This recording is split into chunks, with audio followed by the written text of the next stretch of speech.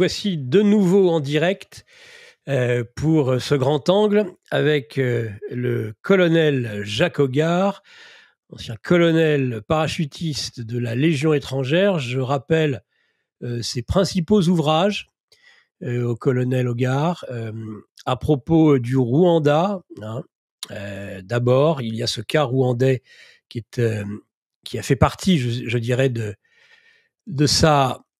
son expérience militaire, puisqu'il a combattu sur de nombreux théâtres d'opération. Donc, Les larmes de l'honneur, 60 jours dans la tourmente du Rwanda, aux éditions Hugo et compagnie. Puis, L'Europe est morte à Pristina. C'était la guerre au Kosovo, et c'est toujours Hugo et compagnie.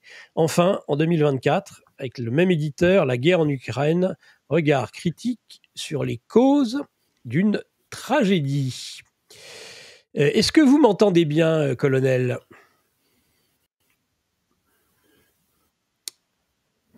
Oui, je vous entends très bien.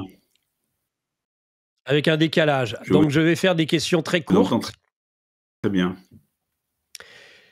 La premier sujet, peut-être. Allô. Un premier sujet, si vous le voulez bien, le sujet du Proche-Orient.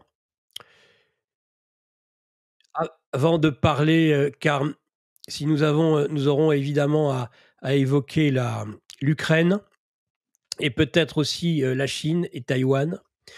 J'aurais aimé débuter donc par le Proche-Orient et la situation avec une tension qui ne cesse de monter, dont une tension aujourd'hui entre l'État d'Israël, la FINUL, c'est-à-dire les forces des Nations Unies.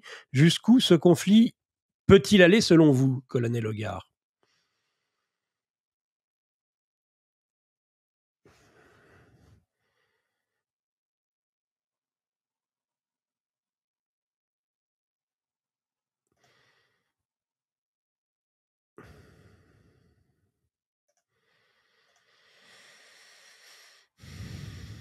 Bien, écoutez, j'ai l'impression que je n'entends pas le colonel Hoggard, et si je ne l'entends pas, c'est probablement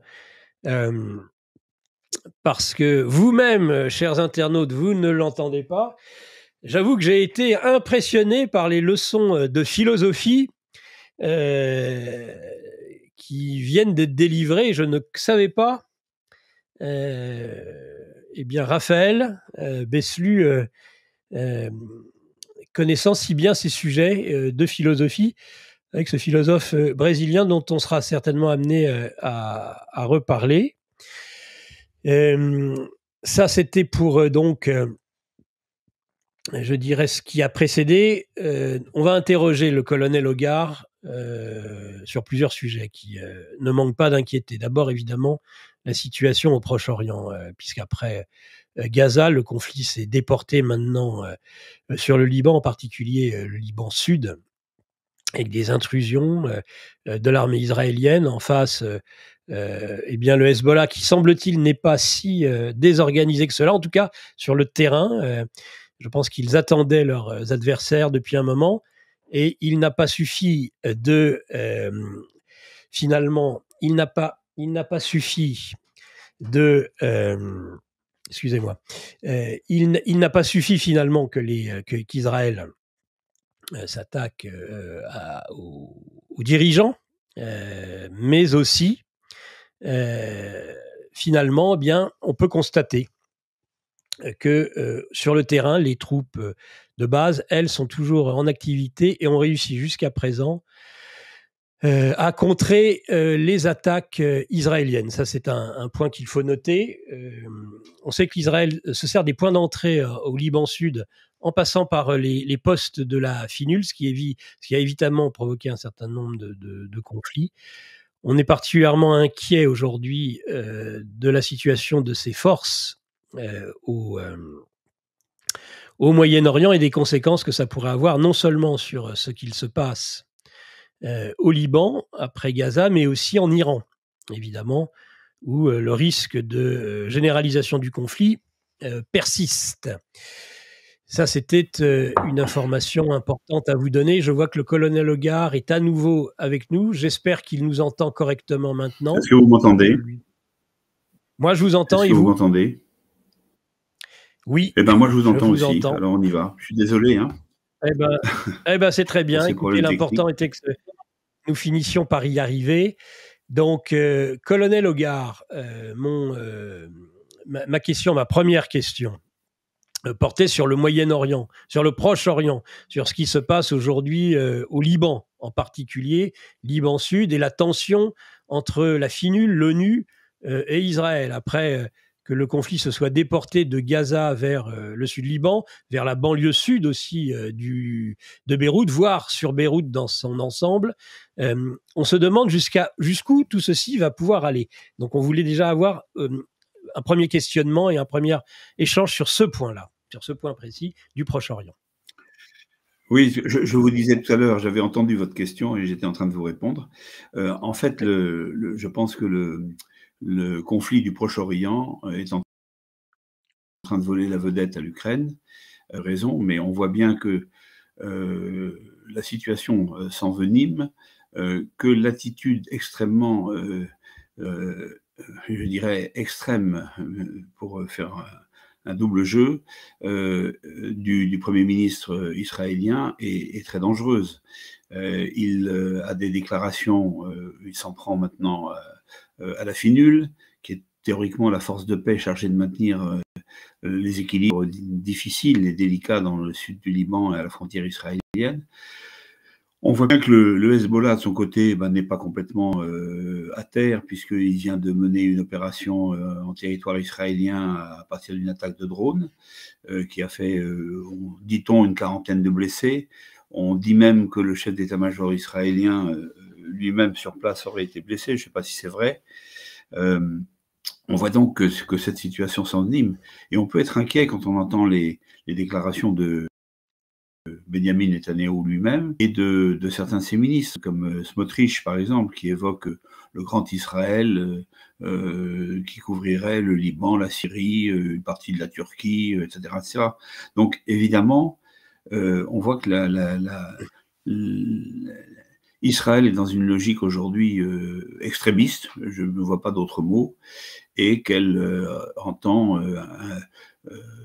non plus se défendre, mais attaquer. Voilà.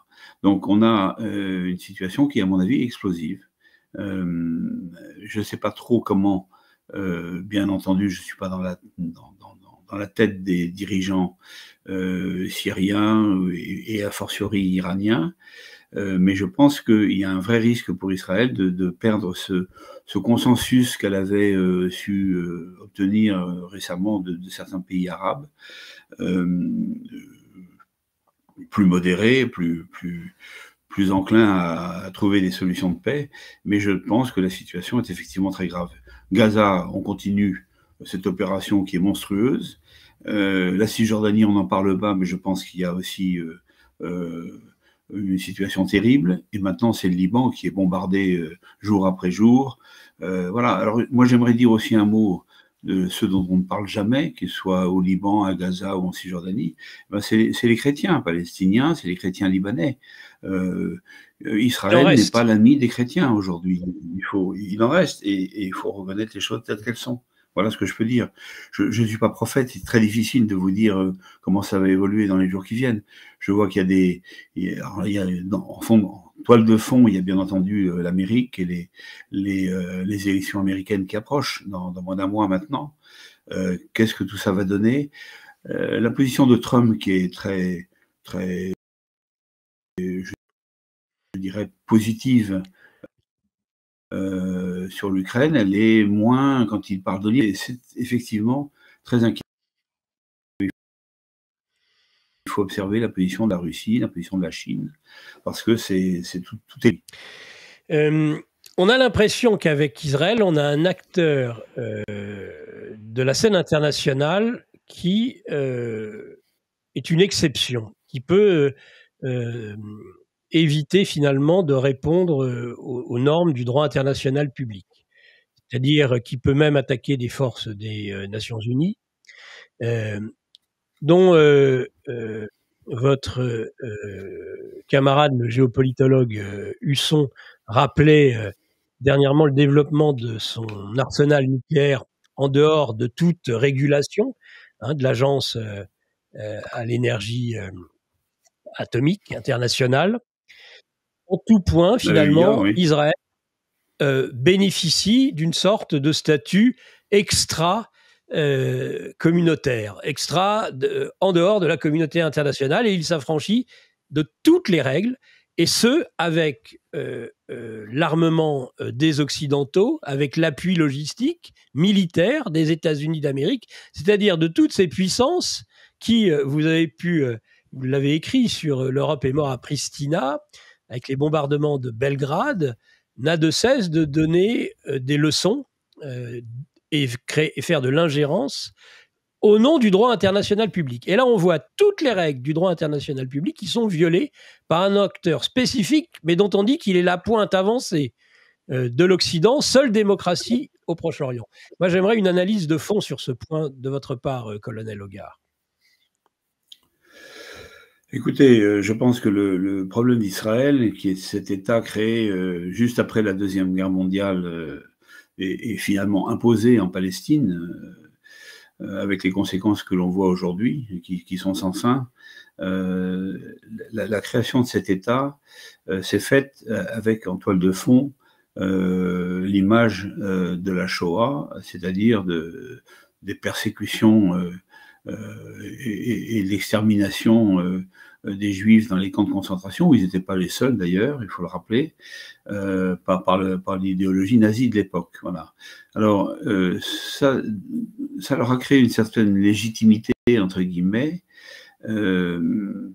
appuyée bien sûr par les États-Unis d'Amérique, qui a recyclé bon nombre, malgré tout, paradoxalement, d'anciens nazis dans ses rangs, comme le rappelle l'excellent écrivain et ami Éric Branca dans un ouvrage récent.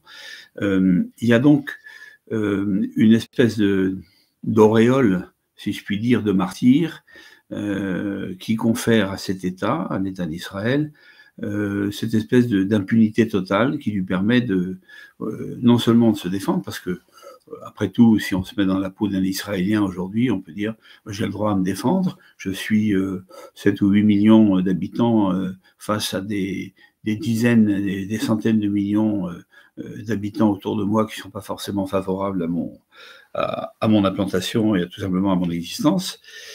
Mais voilà, ce sont moi je pense que ce sont les dérives actuelles de la politique israélienne. On sent très bien que Netanyahou, et moi je pense que l'homme est considéré comme le premier responsable, avec ses ministres les plus est responsable de cette agressivité, de cette réponse disproportionnée à l'attaque du Hamas et des groupes de résistance palestinienne le 7 octobre 2023. Il en a tiré profit, en quelque sorte, pour essayer de pousser ses pions partout. Alors la colonisation en Cisjordanie durait et perdurait, et c'est à mon avis un facteur de crise essentiel. Les gens n'en peuvent plus d'être repoussés de chez eux, d'être éloignés de leur terre, de leur foyer, de leur maison, par la force. Et à un moment donné, je dirais que la haine appelle la haine, la violence appelle la violence, la guerre appelle la guerre. Voilà. Et au milieu de ça, les États-Unis, qui sont la puissance protectrice d'Israël, est complètement dépassée aujourd'hui. On le voit bien. Alors c'est sûr qu'on est à un mois des élections. Biden est un personnage qui appartient au passé, et tant mieux. On ne sait pas trop ce qui va se passer avec l'élection. Est-ce que Trump sera élu? Est-ce que Kamala Harris sera élue? Personnellement, je préférerais que ce soit Trump, parce que je considère que c'est un moindre mal, si je puis dire, en tant qu'Européen, en tant que Français. Mais voilà, donc je pense qu'il y a cette espèce d'impunité, et puis alors bien sûr, au fond, messianique, le ménisme sioniste qui encourage tout ça, évidemment. Mais les États-Unis n'ont de cesse, malgré les violations manifestes par l'État d'Israël, de toute règle, à aider on a même appris qu'ils allaient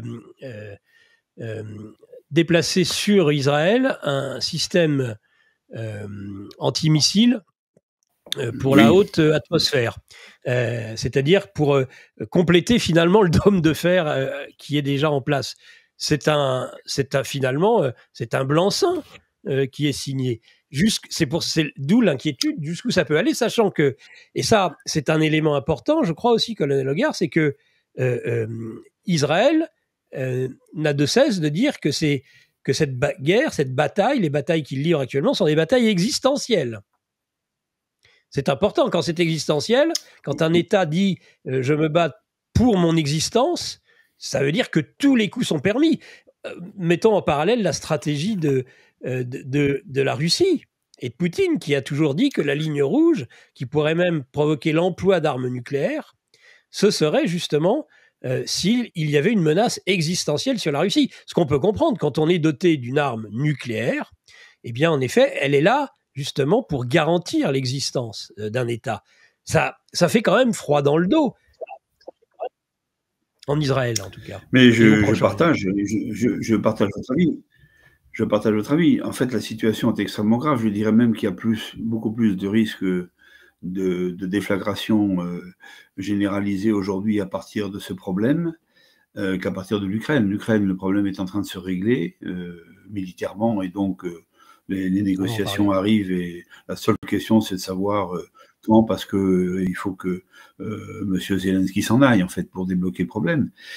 En Israël, aujourd'hui, moi je dis que le vrai problème, c'est M. Netanyahou.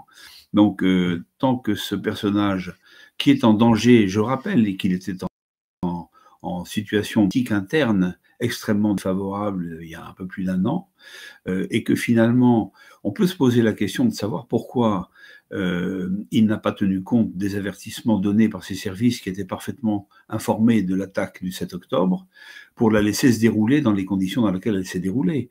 Donc, si vous voulez, je crois qu'il faut arrêter d'être naïf, il faut regarder les choses en face. Monsieur Netanyahou n'est pas un saint, n'est pas un ange, n'est pas un naïf.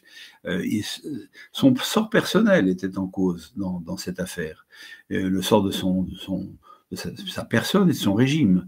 Donc il a choisi une voie qui est une voie extrême. Il est fort regrettable que les États-Unis ne lui donnent pas un coup de règle sur les doigts pour le calmer et lui demander de revenir un peu de raison, parce que ça, finalement, les États-Unis peuvent le faire. J'observe que Poutine lui-même est intervenu en lui demandant de quitter le Liban et de rentrer dans ses frontières.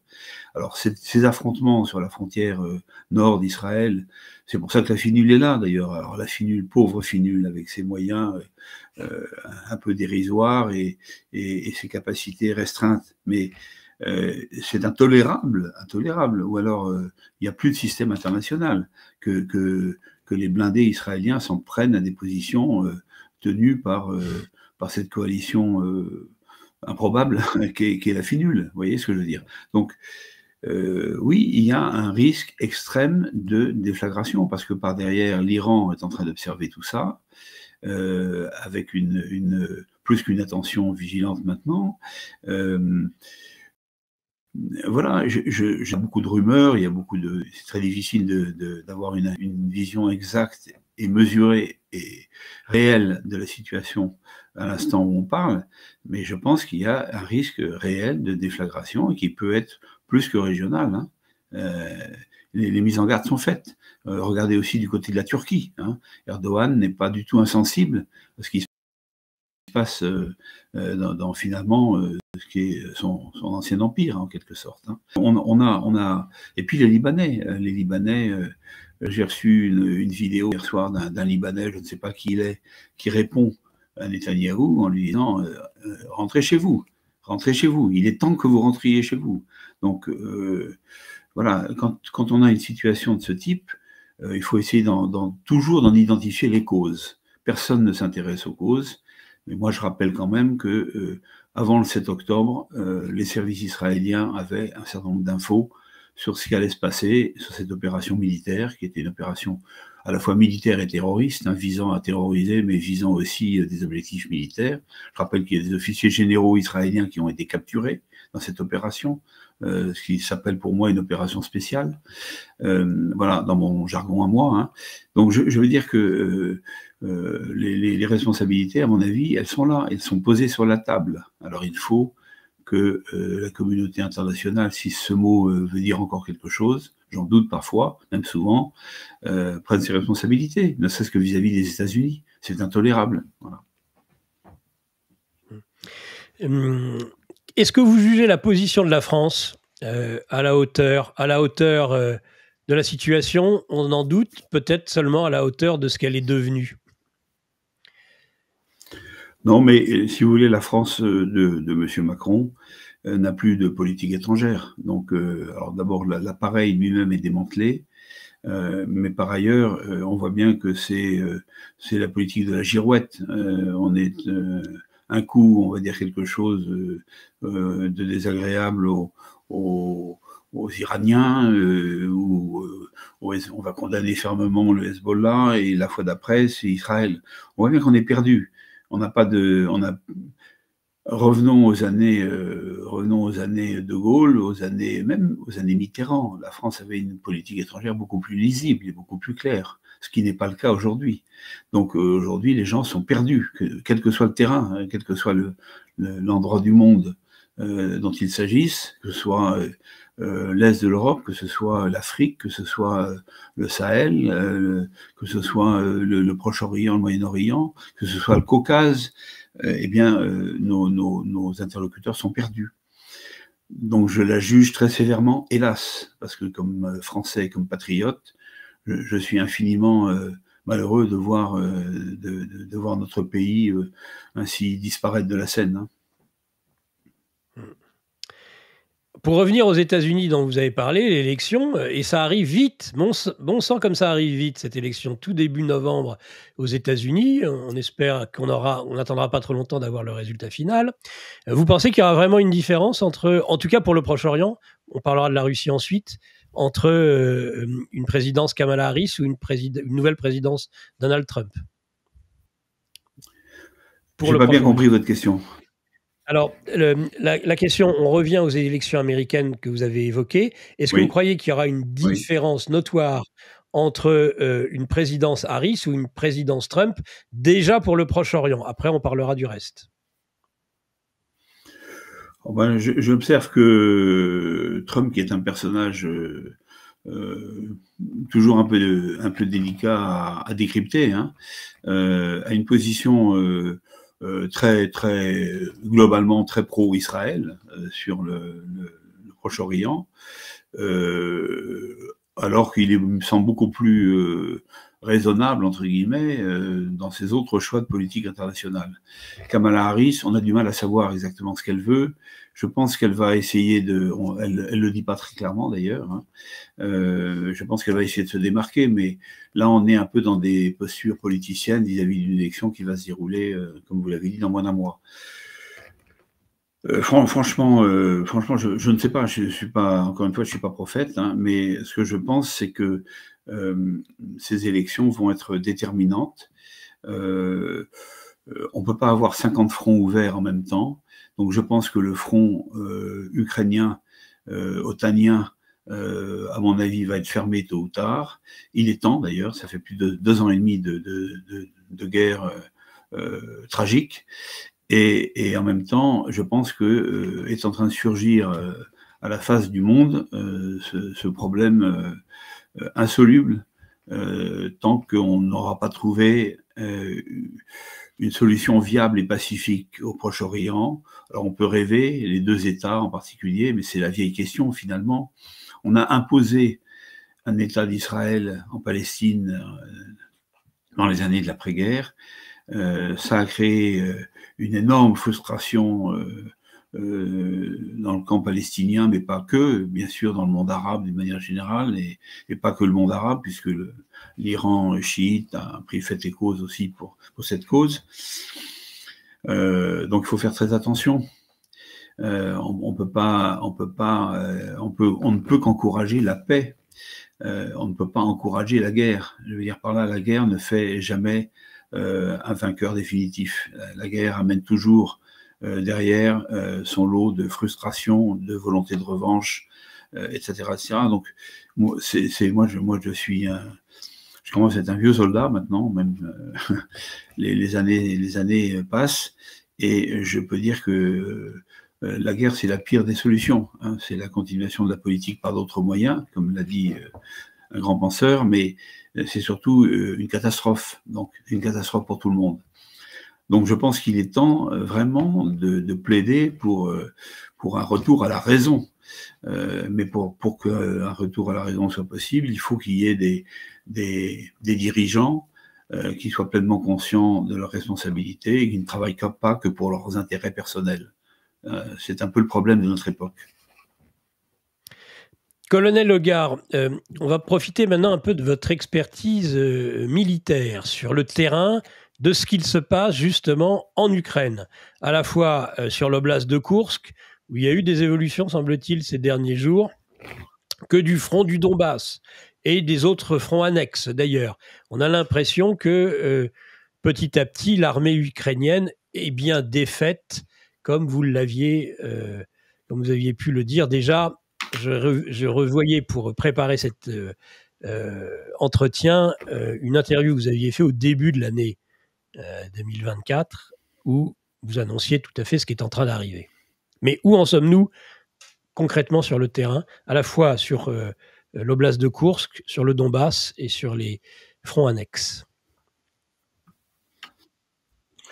Alors d'une manière générale, je pense que la Russie est en train d'achever sa victoire militaire sur le terrain. Alors après, il y a de négociations, etc., etc. C'est encore une autre étape. Mais la victoire militaire, elle est en train d'être acquise face à une armée ukrainienne qui est exsangue, qui a d'énormes problèmes je dirais, de motivation, de morale, de fonctionnement. Actuellement, l'armée ukrainienne est affectée par un phénomène qui est la désertion. On est à plus de 5000 déserteurs chaque mois maintenant. Le taux s'est multiplié par 10 depuis 2 ans, maintenant à peu près 2 ans et demi. On est autour de 110, 120, 130 000 déserteurs pour une armée qui n'est pas extensible à merci. Et puis on voit bien les difficultés de recrutement, puisque maintenant on en est à descendre les classes d'âge et à recruter de force, c'est-à-dire à aller chercher les gens chez eux, à traquer les jeunes gens qui passent dans la rue pour les envoyer subir une formation militaire rapide et puis partir au front pour s'y faire tuer. Hein, parce que ce qui les attend, c'est l'hécatombe. Donc ça, c'est atroce, voilà. Alors moi, sur le plan humain, je pense que cette armée ukrainienne, elle est condamnée et qu'on ne fait la guerre qu'avec des soldats. Hein. On fait la guerre avec des systèmes d'armes, bien sûr, les plus sophistiqués possibles, bien sûr, d'où l'intérêt d'avoir des forces spéciales, par exemple, en petit nombre, bien équipées et qui sont capables d'obtenir des résultats très importants. Mais à un moment donné, ce qui fait la différence, c'est l'infanterie, la bonne infanterie de base, la mère des batailles. Donc on a cette attrition voulue par la Russie, lente, progressive, mais inexorable. Donc c'est valable dans l'oblast de Koursk, où finalement, si les Ukrainiens avaient été intelligents, ils auraient fait une manœuvre aller-retour, pour montrer leur détermination, regonfler leur morale, porter un coup à la crédibilité des défenses russes. Mais au lieu de ça, ils sont restés sur place. Et là, ils sont en train de se faire détruire petit par petit, morceau par morceau, jour après jour. Ils sont en train de se faire laminer. Alors, pour Koursk, pour le front du Donbass, on le voit encore avec la prise de localités comme Toretsk. Il y a une semaine, c'était Vuhledar. On approche de Pokrovsk, qui est un nœud essentiel pour contrôler le Donbass. Ça va arriver. C'est en train de se produire.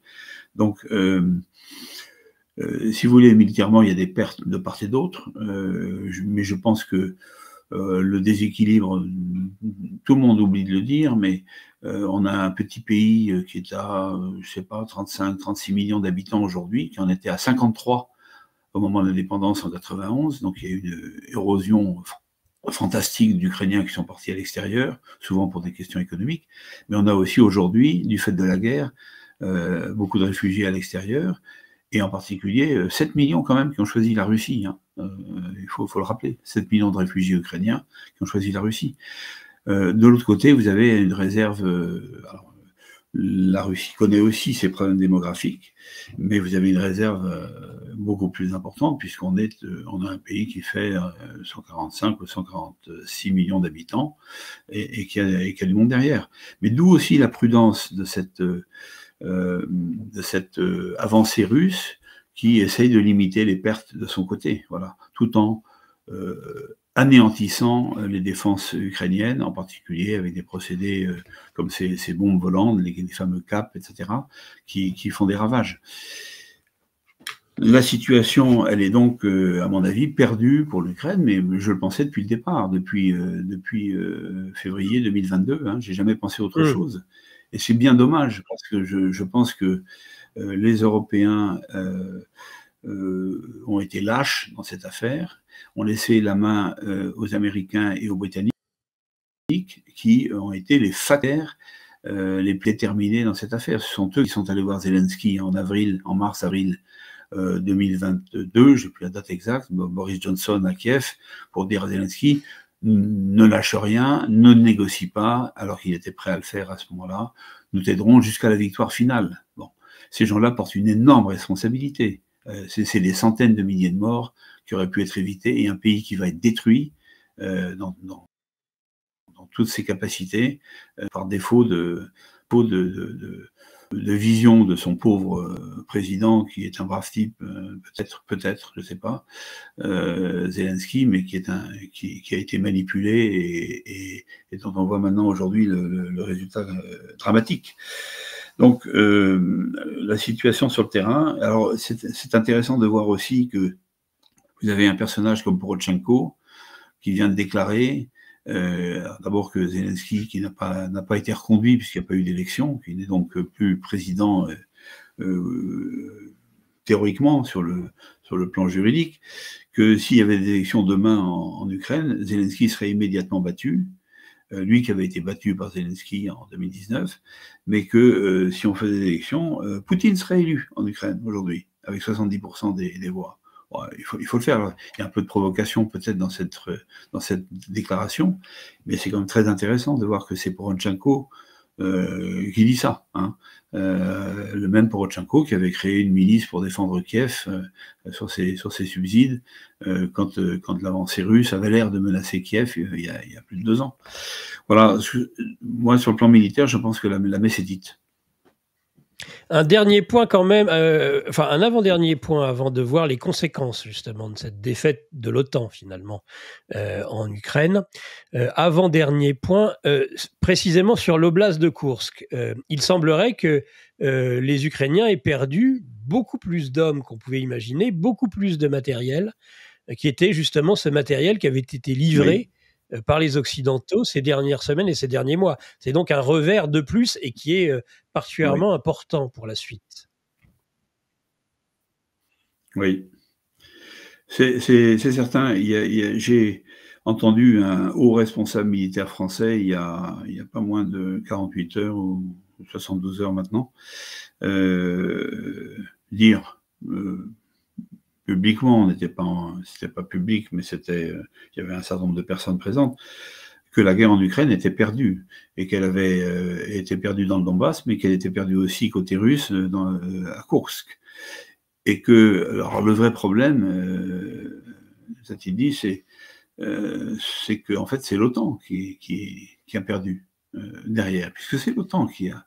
Et il nous l'a dit tel quel. Donc ça veut bien dire que nos chefs, indépendamment des opérations de communication,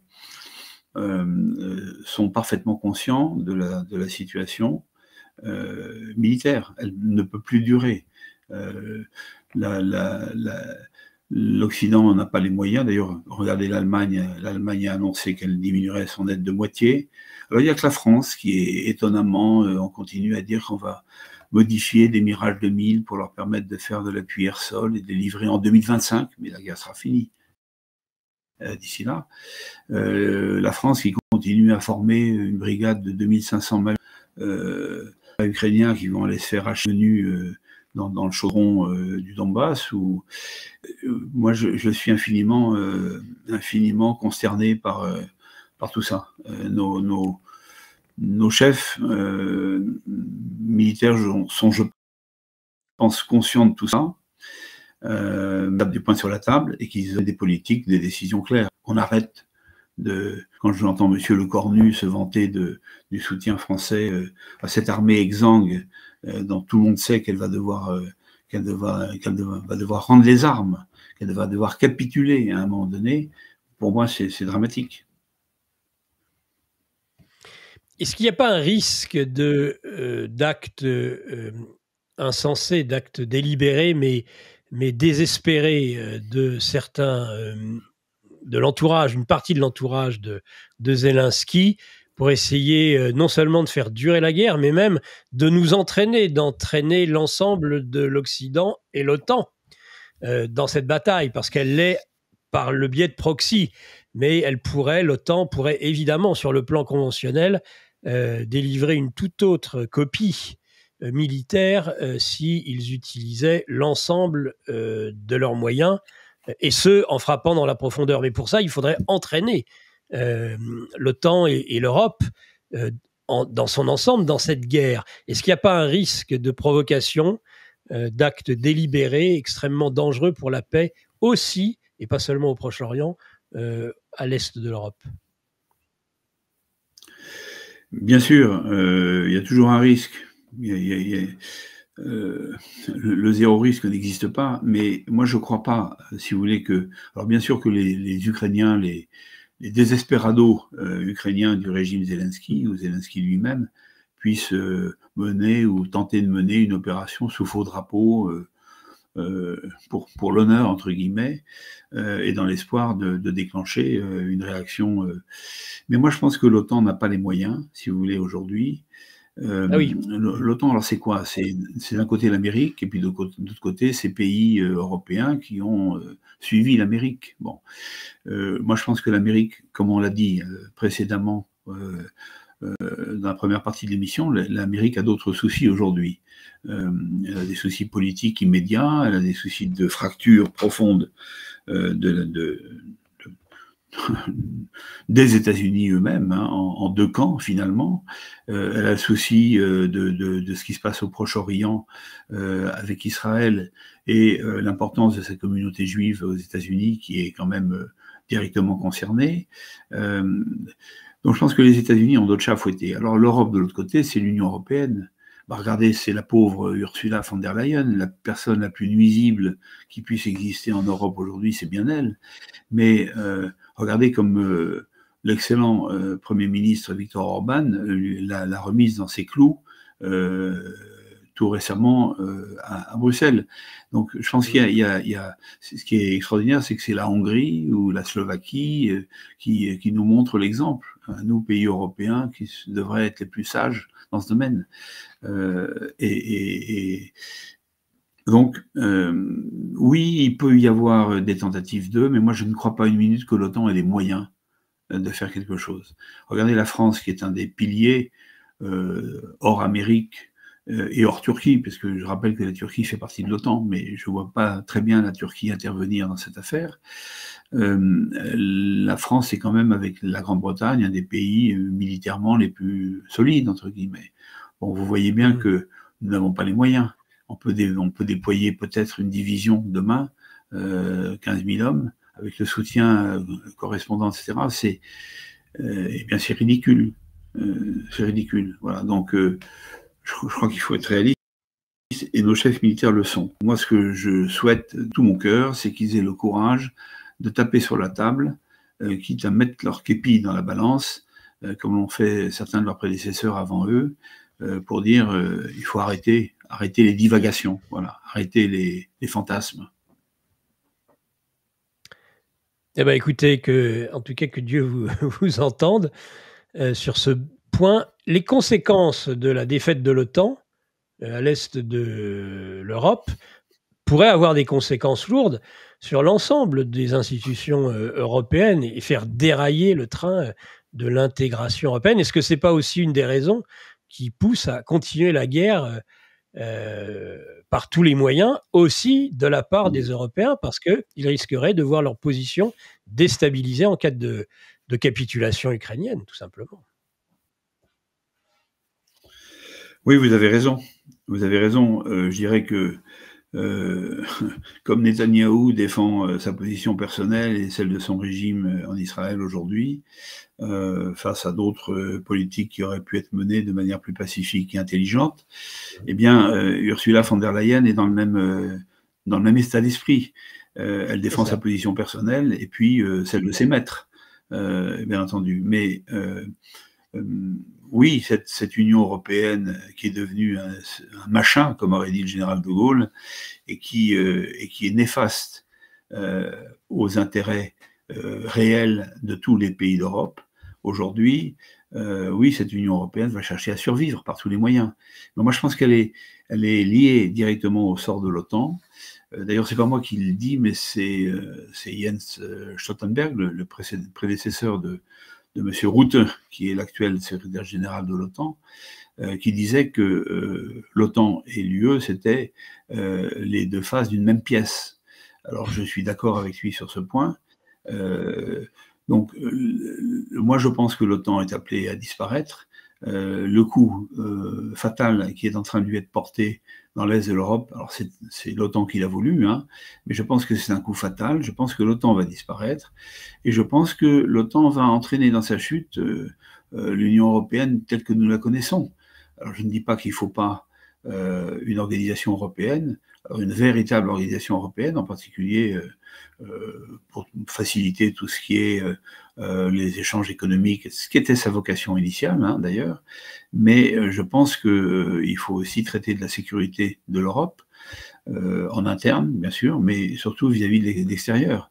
Et je pense que dans ce contexte-là, moi j'ai une position qui rejoint tout à fait dans la tradition gaulienne, celle du général qui disait il faut qu'on bâtisse, qu'on arrive à bâtir une Europe fédérale, je ne sais pas, confédérale, je ne sais pas, mais d'États souverains indépendants, parce qu'il ne s'agit pas de renier nos identités, nos indépendances, mais de les harmoniser de l'Atlantique à l'Oural. Hein, c'est évident. La Russie est une puissance européenne, euro-asiatique certes, mais que nous avons intérêt à attirer dans le giron européen. Alors là, on est mal parti, parce qu'on a fait l'inverse depuis finalement la chute de l'Union soviétique. On l'a repoussé vers l'Est. Et on en a fait maintenant l'allié obligé de la Chine. Et on voit bien que les BRICS émergent et que nous, ben, on est complètement à la ramasse, hein, côté européen, côté français. Donc oui, je pense que la défaite de l'OTAN, et d'ailleurs ce haut personnage militaire que j'entendais il y a très peu de temps, ne disait pas autre chose. Hein. Il disait c'est dramatique parce que c'est nos valeurs, c'est la démocratie qui va en pâtir, etc. Bon, sauf que je ne porte pas de jugement sur les différents choix politiques des pays et autres, mais moi je suis inquiet pour la démocratie en France quand même aujourd'hui, hein, clairement. Donc, est-ce qu'on défend la démocratie parce qu'on défend l'Union européenne? J'en doute. Hein, quand je vois les méthodes autoritaires, pour ne pas dire totalitaires, de Madame von der Leyen, que ce soit pour le vaccin ou que ce soit pour l'aide à l'Ukraine, complètement débridée, qui consiste finalement à vendre des matériels à des pauvres gens qui vont les faire hacher menu sur le terrain, je dis que c'est indigne, c'est ignoble, c'est criminel. Voilà.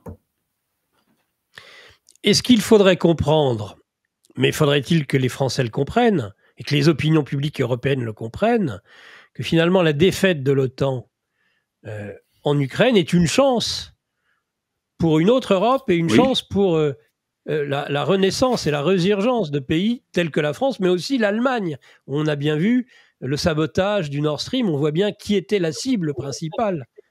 C'était pas les Russes, c'était les Allemands. Bien sûr, vous avez tout à fait raison.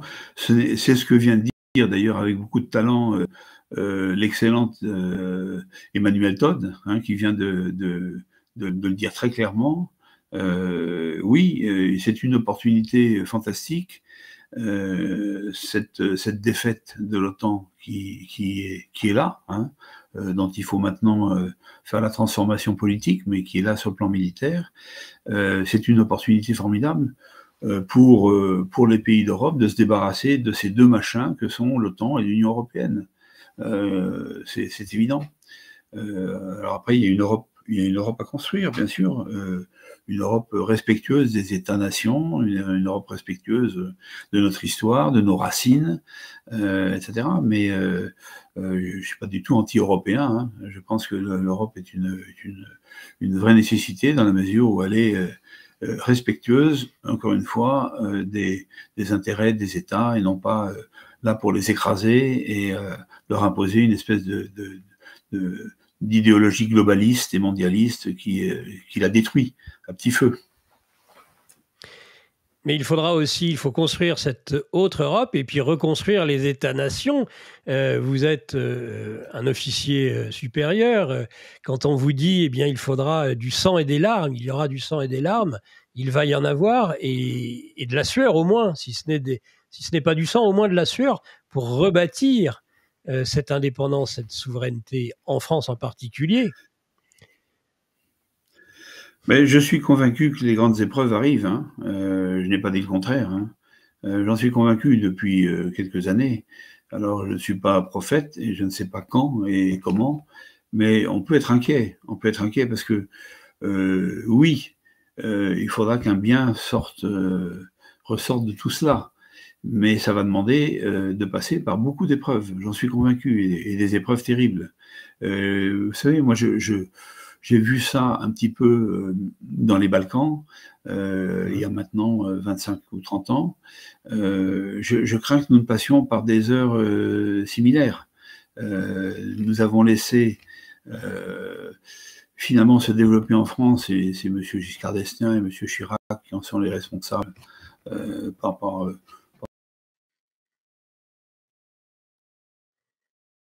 On ne vous entend plus, colonel Hogard.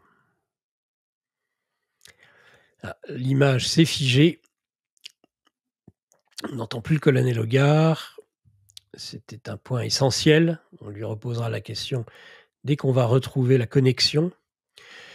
Et je souhaite ensuite terminer cet entretien avec le colonel Hogard, avec les BRICS, et puis aussi des bruits de bottes qui semblent se préciser aussi avec la Chine et Taïwan.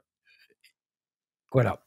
Vous pouvez reprendre oui, sur les... J'étais en train de répondre à votre question. En fait, ce que je disais, c'est que oui, bien sûr, je pense que la situation est grave en France aujourd'hui.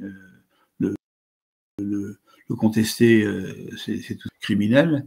Moi, je souhaite beaucoup de plaisir à M. Retailleau qui a choisi de prendre des responsabilités dans ce gouvernement, essayer de faire quelque chose de brique. Le vrai problème en France aujourd'hui, c'est cette communauté minable en nombre et qui est en train de, ou par la violence, par la peur, entre guillemets, violence, par le terrorisme, parce que tout concourt à créer des conditions un peu désespérées, qu'elle ne sait pas où elle va, hein, Claire. Donc on est... On vous entend très mal. Oui, bien sûr, on a une situation extrêmement grave.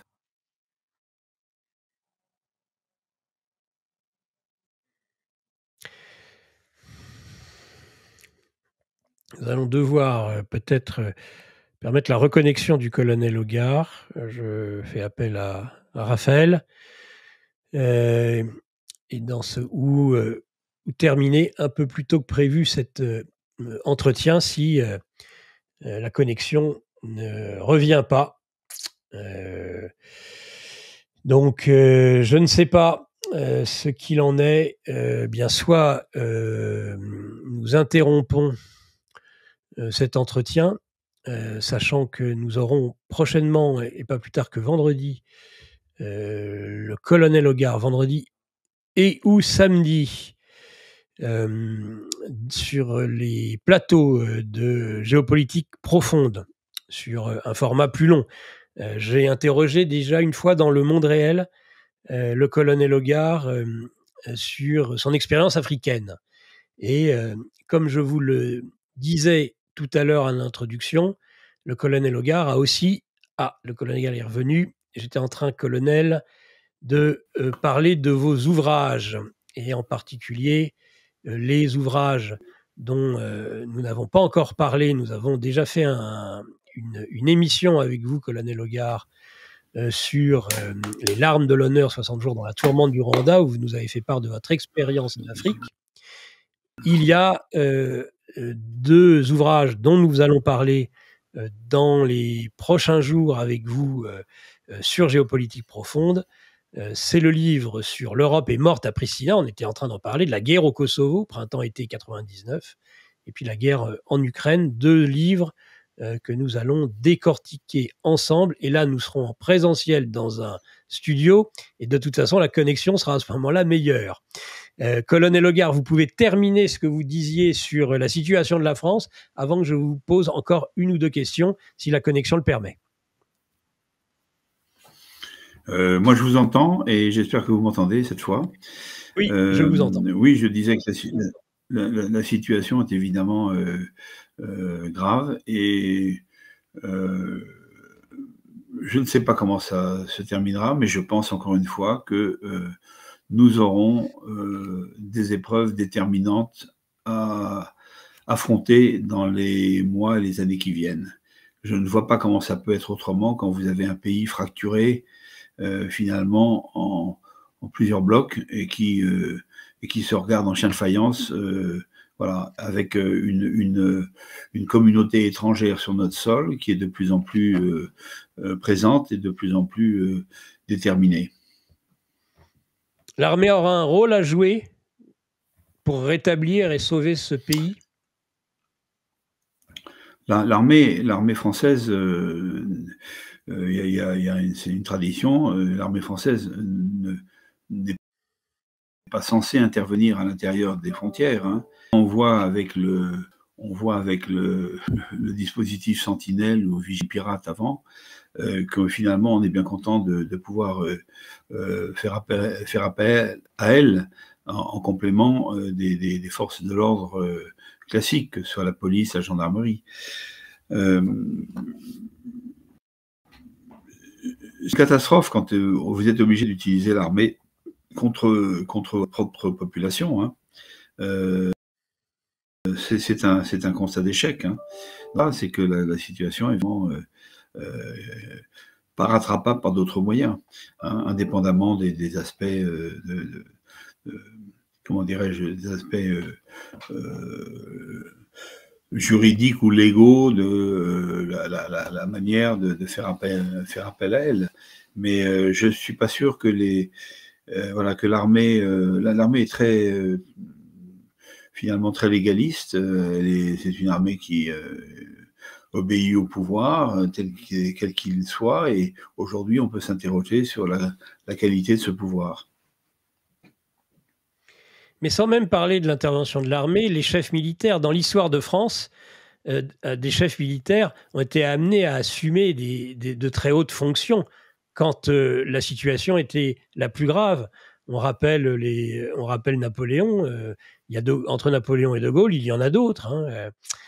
Même MacMahon, il y a souvent, quand vraiment, après une défaite militaire, et même si là, la défaite risque d'être plus que militaire, elle risque d'être la défaite pour la France dans tout domaine. Et bien, est-ce qu'à ce moment-là, à nouveau, est-ce qu'on est toujours dans une logique d'homme providentiel, c'est-à-dire, à ce moment-là, souvent un militaire assume cette fonction, ou bien est-ce qu'il faudra cette fois-ci s'en sortir autrement? Vous n'êtes pas prophète, bien évidemment, c'est juste votre ressenti et analyse que je demande, hein, sans certitude. Non, je pense que l'armée française a en son sein des gens de grande qualité. Je Je connais moins les généraux d'aujourd'hui que ceux d'hier, mais j'en connais quelques-uns, de jeunes généraux qui me semblent être des gens conscients, intelligents, bien formés. C'est très important aussi. On oublie beaucoup la culture générale qui, à mon avis, est une chose essentielle pour comprendre le monde et l'environnement dans lequel on agit, et qui ont du courage, parce que le courage, c'est fondamental. Voilà. Alors après, les circonstances font que vous avez cité quelques noms prestigieux de notre histoire qui arrivent au moment où ça va mal et où le pays ne sait plus vers qui se tourner. Un tel scénario peut arriver demain. On peut même l'espérer. Hein. Ceci dit, c'est très difficile à prévoir, c'est très difficile à imaginer. Vous avez des gens remarquables qui n'ont aucune envie de jouer un rôle de ce type. Tout le monde n'est pas De Gaulle, hein, ou tout le monde n'est pas Bonaparte, premier consul, tout le monde n'est pas... voilà, donc...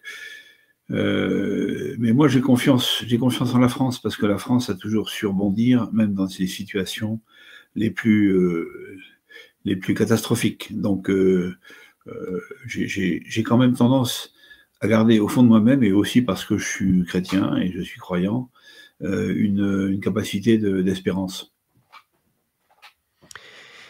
Qu'est-ce que d'ailleurs, nous touchons vers la fin de cet entretien, quelle est votre réaction par rapport à cette polémique naissante et qui va, à mon avis, croître au fil des jours jusqu'au mois de novembre, du remplacement de vitraux, puisque vous êtes un officier chrétien, catholique, et vous le revendiquez, colonel Hogar. Quel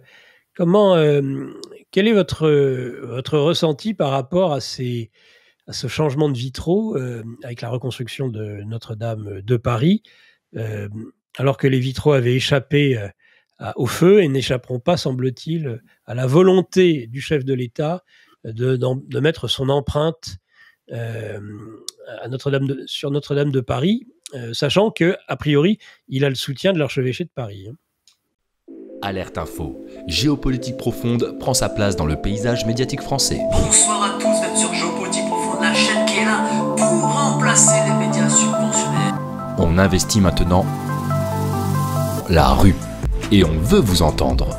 Le gouvernement de M. Macron nous a obligés et nous a enfermés chez nous. Mais on a besoin de votre soutien.